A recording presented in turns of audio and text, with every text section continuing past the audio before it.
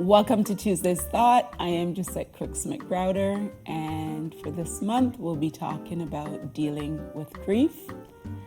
Please go ahead, like, share, and subscribe, and we'll get started.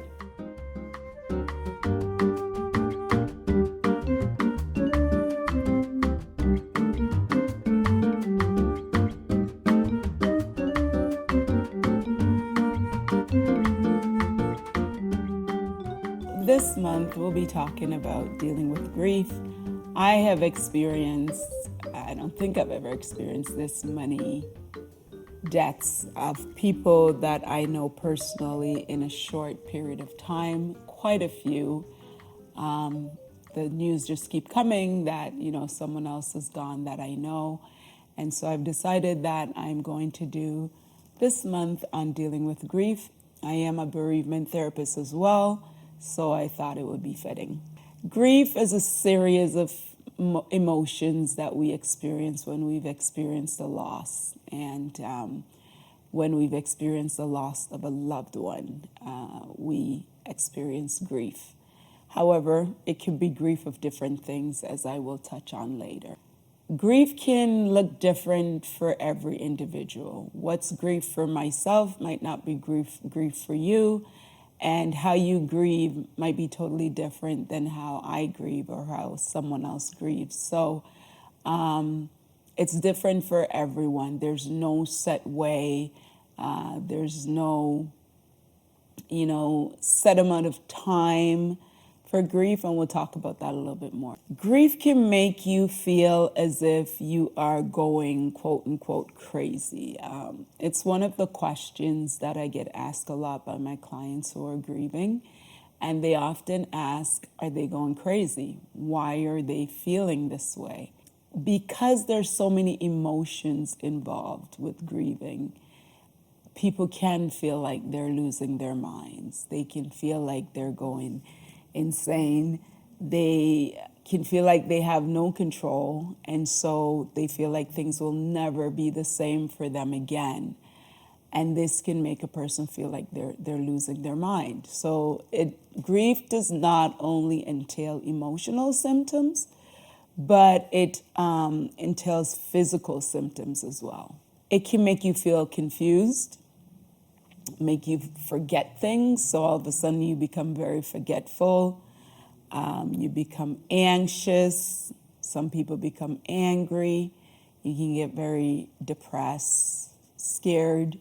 A lot of people feel very scared of losing another loved one or they themselves passing away, and just scared in general for different reasons. Some people are scared because depending on culture and belief, they might be scared of the person who's passed away, scared that the person might visit them, might show themselves to them.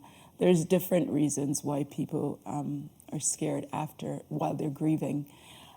Some people experience few emotions, just few, while others experience numerous emotions. They could experience hopelessness, being very tired, lethargy, frustration, crying and you can't control it. I remember one client was telling me how embarrassed she is about the crying because she would be in a public place and just start crying and can't control it. Identity crisis. This is where people will say, I don't know who I am now that my loved one's gone.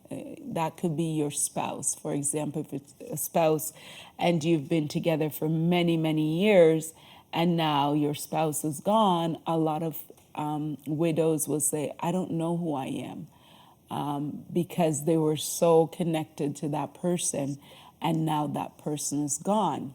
While we often associate grief with death of loved ones, we can also experience grief or grieving. We can also grieve different things. We can grieve anything that we've lost. You could be grieving losing a pet. Some people, they are devastated by losing their pets and they experience different emotions, just like when they've lost a loved one, a human being.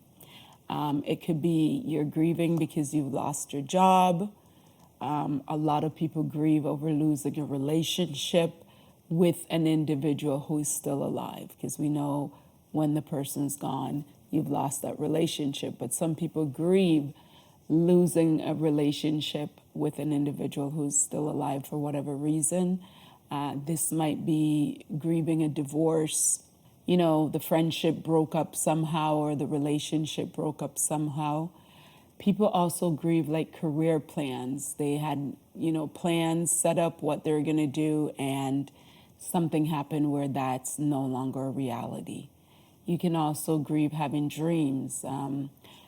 For example, a person, their dream was to be, the best runner, or to be in the Olympics, or whatever the sport might be, and then something tragic might happen. They might lose a limb and not be able to do that anymore, or something happens to them. It might be some kind of illness where they're not able to do that sport anymore. That can also result in a person grieving. And one of the things people often grieve is their health. So you used to be healthy, used to be able to do different things, but now they're not able to do those things. So just putting it out there to let you know that people can grieve many different things. But we'll be talking about losing a loved one, a human being, loved one. That's what we'll be talking about. Depending on culture, we can hear different things about how one should grieve, what they should do, what they shouldn't do, what's okay, what's not okay. And to be honest, there's no specific formula for grieving. Your grief is going to depend on the relationship you had with that person. It could have been a very good relationship, and that could make your grieving very severe. Or it could be it was a tumultuous relationship. That could also affect how you're grieving. And so there's no specific way to grieve, even though people will try and tell us this is how you should do it. And we also know about the different stages of grief, which I will talk about later, because that is often used in the incorrect way. Grief is unique to you as an individual. As I said before, how you experience it is not going to be the same way that another person is going to experience it. So no matter how you prepare, some people try to prepare for grief, for losing their loved one, and I'm not going to cry, I'm not going to be sad, I'm going to be strong, and all of that. And they might prepare themselves to do that, but when the individual dies, it's totally different. So we can't necessarily prepare for grief until we're experiencing it. We don't know exactly how it's going to feel for us. And the way how you grieve for one loved one could be totally different from the way how you grieve for another loved one. One of the questions that I get asked very often from my clients is, how long is grieving supposed to last? How long am I going to feel this way? How long am I supposed to feel this way? And the answer to that is, there is no answer to that. For some people, they might be very, very sad and experience a lot of emotions in regard to grief, and this might last for a month, this might last for 2 months, this might last for 10 months. This might last for years. It all depends. I know society tried to say, you should get over it now. But once again, it depends on the individual, and it depends on the relationship that that person had with the one who passed on. So there's no limit. There's no time limit, even though people will get frustrated with you if they think you're grieving too long. So if they think you're sad for too long, people do get frustrated. People don't want to hear the story anymore. And I get that a lot from my clients, where people just don't want to hear it anymore, or people have forgotten about that person. It's been a year and they're like, wow, you're still grieving? What's wrong with you? Well, you're grieving. That's what's going on. So there's no time, there's no set time as to how long a person should grieve or can grieve, or it's just not like that. we all grieve differently, and it's going to be based on the person. Now, some grief does get to the point where it is a disorder, where that person cannot function or move forward after a person's died. According to the DSM-5, that's usually when you're experiencing severe emotions and can't move forward after 6 months after the death. But by no means does that mean that if you're still having, strong emotions about losing your loved ones 6 months later, that does not mean that you have prolonged grief disorder. How long will you miss this person? That question was asked, and the answer that was given is as long as the person is gone. So it could be 10 years from now, and one day you're just sobbing, you're just so sad, the person passed, and 10 years later, you're feeling very sad and you're crying, and you feel like they just passed, and then you'll get over that and you move on. You're always going to miss that person depending on the relationship that you had with them, but you will learn to grow with that and to, continue with your life and not to stop, not to give up. And we'll talk about this further next week.